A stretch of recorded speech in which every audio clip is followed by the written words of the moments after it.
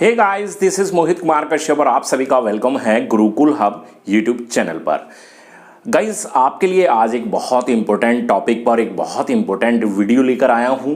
यहां पर हम एनआरए के द्वारा होने वाले सीईटी एग्जाम के बारे में थोड़ी सी बातचीत करेंगे।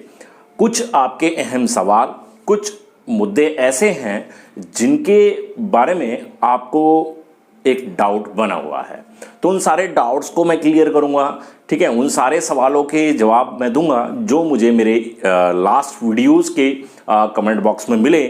तो काफ़ी सारे स्टूडेंट्स इन सवालों को लेकर परेशान हैं, उनके मन में डाउट बना हुआ है कि क्या स्थिति एनआरए को लेकर रहेगी और क्या सीईटी एग्ज़ाम रहेगा, कैसा उसका एग्ज़ाम का पैटर्न रहेगा। ठीक है, और कितने कितने क्वेश्चंस पूछे जा सकते हैं, कितने नंबर के क्वेश्चंस पूछे जाएंगे। ठीक है, सिलेबस क्या रहेगा, एज क्राइटेरिया क्या रहेगा, इसमें किसको इंक्लूड किया जाएगा, कौन कौन से एग्जाम इसके अंदर इंक्लूड किए जाएंगे, कितने लेवल पर ये एग्जाम होगा।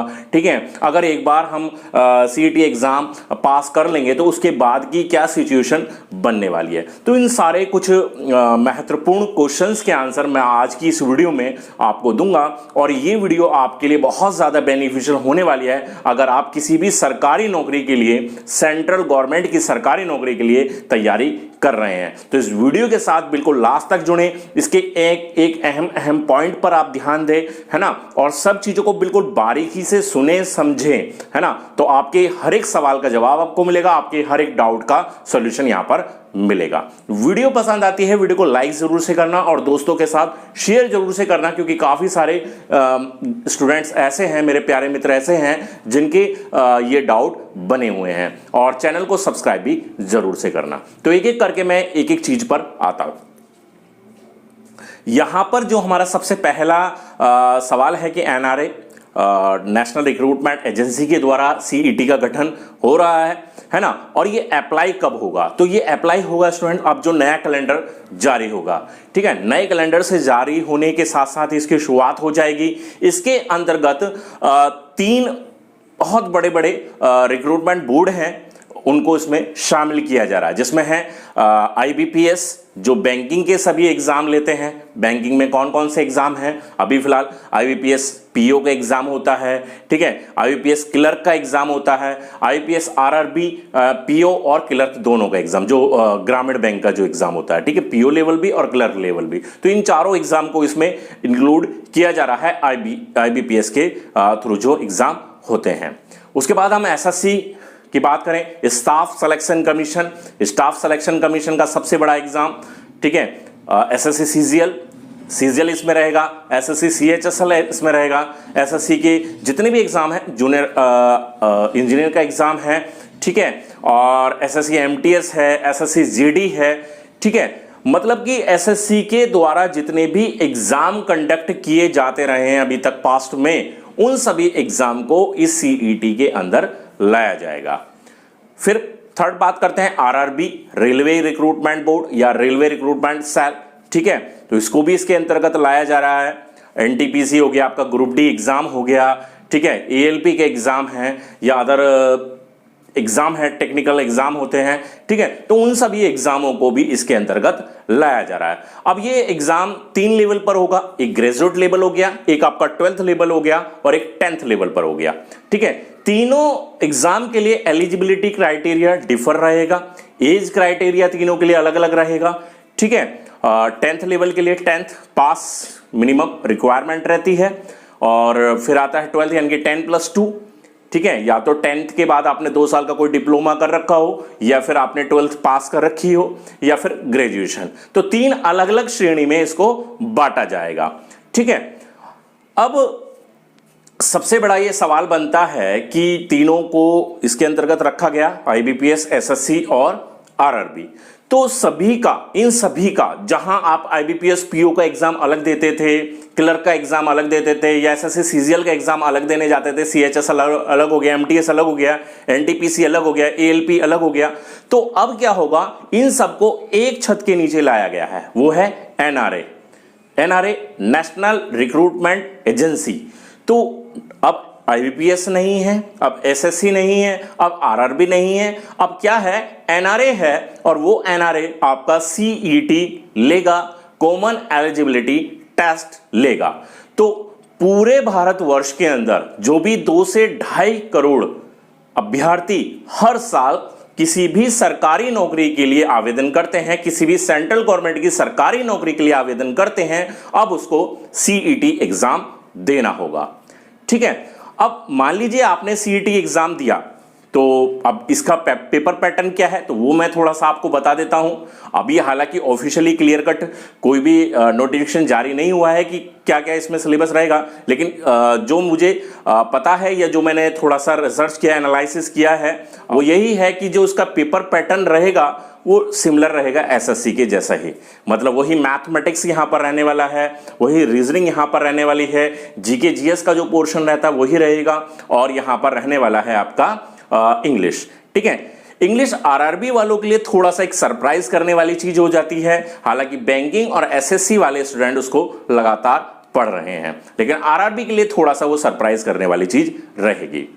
तो ये पेपर पैटर्न रहेगा। पेपर आपका 100 क्वेश्चंस का रहेगा।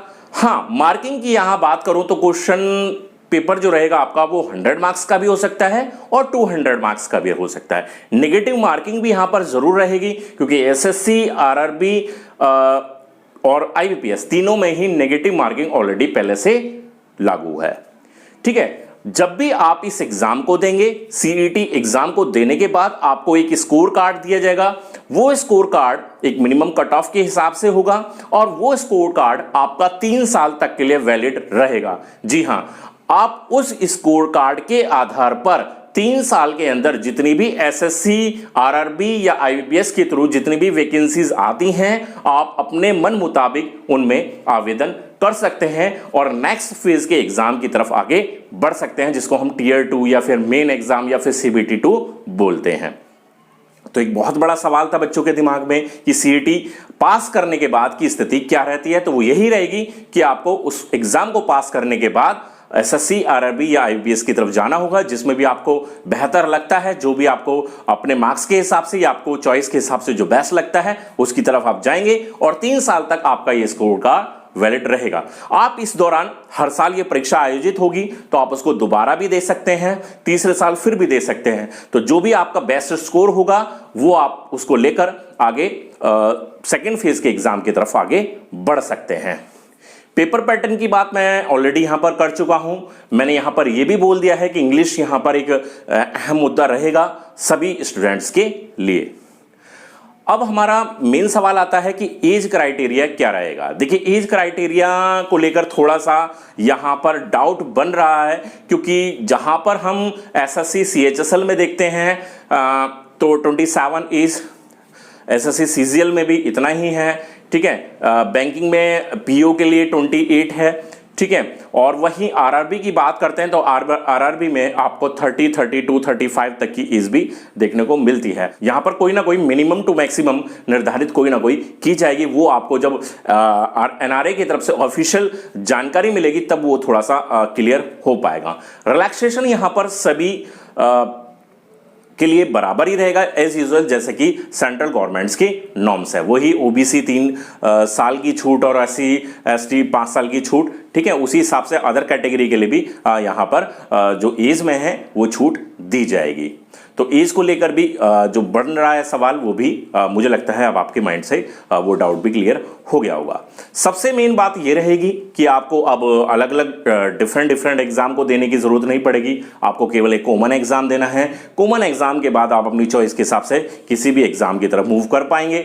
इससे आपको अलग अलग फॉर्म फिल करने की जरूरत नहीं पड़ेगी। अलग अलग परीक्षा के लिए आपको आवेदन करना पड़ता है, उसमें काफी सारा आपका पैसा वेस्ट हो जाता है, तो वो पैसे की आप बचत कर पाएंगे। जब आप एग्जाम देने जाते हैं, एग्जामिनेशन सेंटर पर आपको जाना पड़ता है। ठीक है, अलग अलग सिटी में आपको जाना पड़ता है, अलग अलग स्टेट में आपको जाना पड़ता है, तो वो भी काफी हेक्टिक रहता है। तो उससे भी आपको काफी हद तक निजात मिलेगी। वो समय भी आपका बचेगा और यहां पर आपकी मनी भी यहां पर काफी सेव होगी।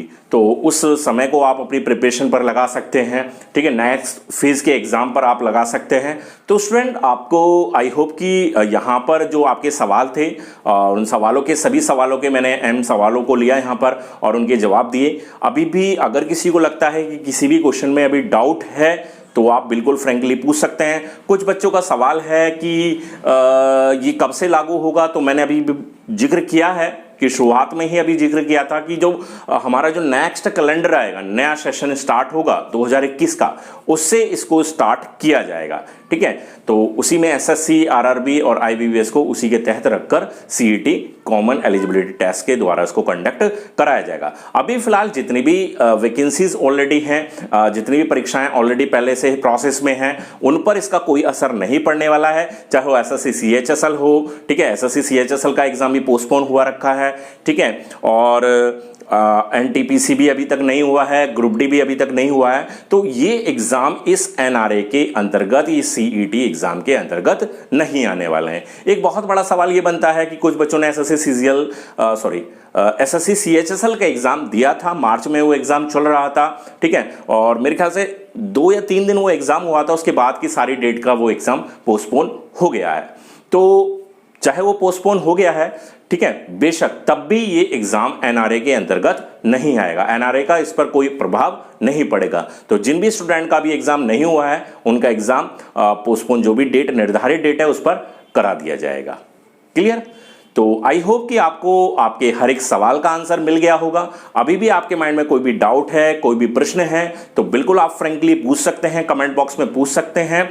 ठीक है, इसी तरह की वीडियोस के लिए इस चैनल को, हमारे इस चैनल को, आपके अपने चैनल को, गुरुकुल हब चैनल को जरूर से सब्सक्राइब करें। साथ ही बेल आइकन के साथ ऑल ऑप्शन को भी क्लिक कर लें, ताकि आपको हर एक वीडियो का नोटिफिकेशन टाइम से मिलता रहे। वीडियो को लाइक करें, शेयर जरूर से करें, व्हाट्सएप, फेसबुक, टेलीग्राम जो भी आप यूज करते हैं दोस्तों के साथ, ताकि उनके मन में जो भी ये डाउट बन रहे हैं, जो भी ये सवाल बन रहे हैं, उन सारे सवालों के जवाब उन्हें आसानी से मिल सके। तो चलिए गाइज, मिलते हैं नेक्स्ट वीडियो के साथ, बेहतर अपडेट के साथ, लेटेस्ट न्यूज के साथ। तब तक के लिए गुड बाय, थैंक यू।